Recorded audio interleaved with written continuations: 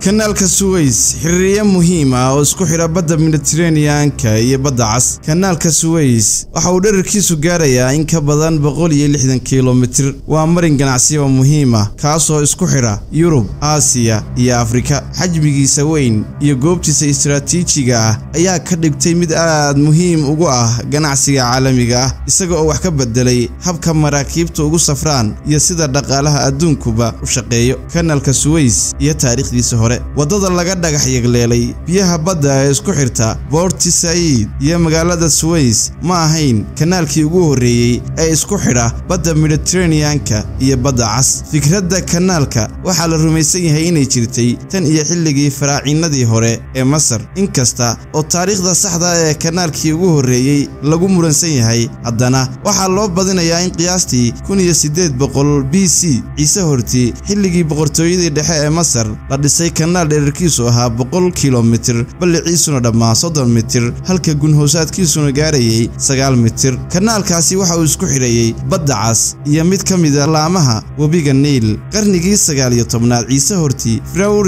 Senusret III ama Senusret III ayaa la rumaysan yahay inuu bilaabay isku dayga dhismaha kanaal isku xidha webiga Niil iyo badda Cas. kanaalkaasi oo loo yaqaan kanaalka Pharaoh. qarnigii 7aad ee Ciise hortii Pharaoh Necho II ayaa asna bilaabay mashruuc weyn oo dhismaha kanaal cusuba. qarnigii 3aad Ciise hortii Iskandarkii weynaa markii uu qabsaday Masar wuxuu asna sii waday fikradda kanaalka, wuxuu dhintay ka hor inta aanu mashruucaasi fulin. qarnigii 1aad Ciise hortii boqorka Roma Trajan wuxuu asna sii waday dadaaladii kanaalka lagu sameeyay. dagaallo aaga ka qarxay oo ay ku hardamayeen boqortooyooyin, xaaladaha cimilada oo adag iyo tiknoolajiyadda xilligaasi oo aan horumarsanayn waxay keeneen in kanaalkii la isku dayay uu shaqayn waayo. xilligii Roomaanka waxaa la rumaysan yahay in gebi ahaanba la joojiyay adeegsiga kanaalkaasi. sanadkii 600 ee miilaadiga oo ahayd xilli gebi ahaanba la joojiyay adeegsiga kanaalkaasi ayay Islaamka oo xoog lihi qabsadeen dalka Masar, waxaana lagu maamulayay dhulkaasi diinta Islaamka, waxaana la isku dayay in dib loo furo, balse wax guul ah lama gaarin. isku daya kale oo ay sameeyeen boqortooyinkii Cusmaaniyiinta iyo Napoleon ayaa sidoo kale guul daraystay. ugu dambeynna qarnigii 19aad ee taariikhdeena miilaadiga ayuu kowsaday isku dayga casriga ah ee dhismaha kanaalka Suez, waxaana bilaabay Ferdinand Lesseps oo ahaa safiir Faransiis ah oo ku nool Masar. safiirkan ayaa helay ogolaanshiyaha Mohammed Said Pasha oo ahaa hogaamiyihii Masar sanadkii 1854 kaasoo wakiil uga ahaa boqortooyada Cusmaaniyiinta. dhismaha kanaalka waxaa la bilaabay 1859 waxaana la dhameeyay 1969. wixii intaa ka dambeeyay kanaalka Suez waxa uu noqday marin aad muhiim ugu ah ganacsiga caalamiga ah, isagoo u fududeynaya safarada inay gaaraan isagana kala gooshaan qaaradaha Yurub, Afrika iyo Aasiya. dhismaha kanaalka Suez ee casriga ah xilligii 1850 xiriir wanaagsan oo dhex maray sidaan horey u soo sheegay diblomaasiga Faransiiska ahaa ee lagu magacaabi jiray Ferdinand Lesseps iyo hogaamiyihii Masar ee Cusmaaniyiinta Wali Mohammed Said Pasha ayaa horseeday mashruuca dib u dhiska kanaalka. shaqada qodistu waxay si rasmi ah loo bilaabay 25 Abriil 1859. dhismaha kanaalka Suez waxaa lagu bafuray isticmaalka qalab farsamo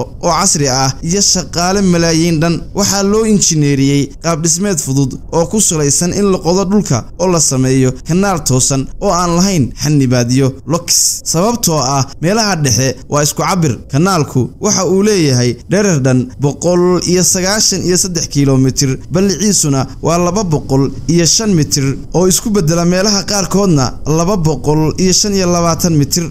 qotodhererkiisu waa 24 mitir. dhulka kanaalka waxaa lagu qoday qalabkii ugu casrisanaa waqtigaasi. waxaa la qoday qiyaastii 74 milyan cubic meters oo dhul ah oo ay ku jiraan qaar aad u adag oo dhagax ah. mashruucani waxaa lagu dhisay shaqo xoogan oo ay ku jiraan ama ka qayb qaateen qiyaastii 1.5 milyan oo shaqaale Masaari ah. qaar badan oo ka mid ah shaqaalaha waxaa lagu qasbay inay ka qayb qaataan dhismaha, taas oo keentay dhimasho dhimashooyin iyo dhaawac soo gaara shaqaalaha. Kanaalku waa mid toosan oo aan lahayn xanibaadyo, taasoo ka dhigaysa mid fudud oo ay sahlan tahay in maraakiibtu isku dabamaraan. Kanaalka Suez wuxuu ka samaysan yahay 4 qaybood oo waaweyn: badda Mediterranean-ka ilaa Port Said ilaa Ismaaciiliya ilaa Badda Cas ilaa Suez. Kanaalka Suez iyo taariikhdiisa dagaalka. Markii kanaalku shaqo galay, waxa uu noqday mid muhiim u ah ganacsiga qaaradda Yurub, qaaradda Afrika iyo qaaradda Aasiya. Sanadkii 1882 Ingiriiska ayaa qabsaday kanaalka isaga oo xukumayay muddo 70 sano ah. Markii Masar dib u hanatay xorriyadeedii, kanaalka Suezna ay gacanta ku dhigtay 1956 waxay mamnuucday in maraakiibta Israa'iili isticmaasho, taasoo dhalisay dagaalka Suez. Dagaalkii 60 maalmood ee ka socday bariga dhexe ee sanadihii 1967 waxa uu sababay in kanaalku xirmo muddo 8 sano ah intii lagu guda jiray dagaalkii Yom Kippur 1973. Kanaalku wuxuu noqday xarun la bartilmaameedsado oo la duqeeyo, balse ugu dambeyn waxaa dib loo furay 1975. dhowr jeer oo dambe ayay maraakiib waaweyn xireen kanaalka, sida markii ay dhacday mashaqadii Ever Given ee sanadkii 2021, taasoo hakisay ganacsiga caalamiga ahaa maalmo badan. Maanta kanaalka Suez waxa uu ka mid yahay marinada ganacsi oo ugu muhiimsan adduunka, iyada oo 12% ka mid ah ganacsiyada caalamiga uu maro. Dowladda Masar waxay samaysay ballaarin iyo casriyeyn cusub oo ay ku jirto marin labaad oo loo sameeyay kanaalka si looga fogaado xayiraado kale. Si kastaba ha ahaatee, wadooyin kale sida marinka Arctic ee Ruushka ayaa loo arkaa inay mustaqbalka noqon karaan tartan cusub. Kanaalka Suez waxa uu muujinayaa awoodda aadanaha ee isku xirka adduunka, wuxuuna door muhiim ah ka ciyaarayaa kobaca dhaqaalaha caalamiga. Waxaa la rajaynayaa inuu sii ahaado marin ganacsi oo xor ah si uuna mar dambe u noqon goob dagaal. Waxaan ahay Muxiidiin Cabdi, waxaad igala socotaan Juqraafi.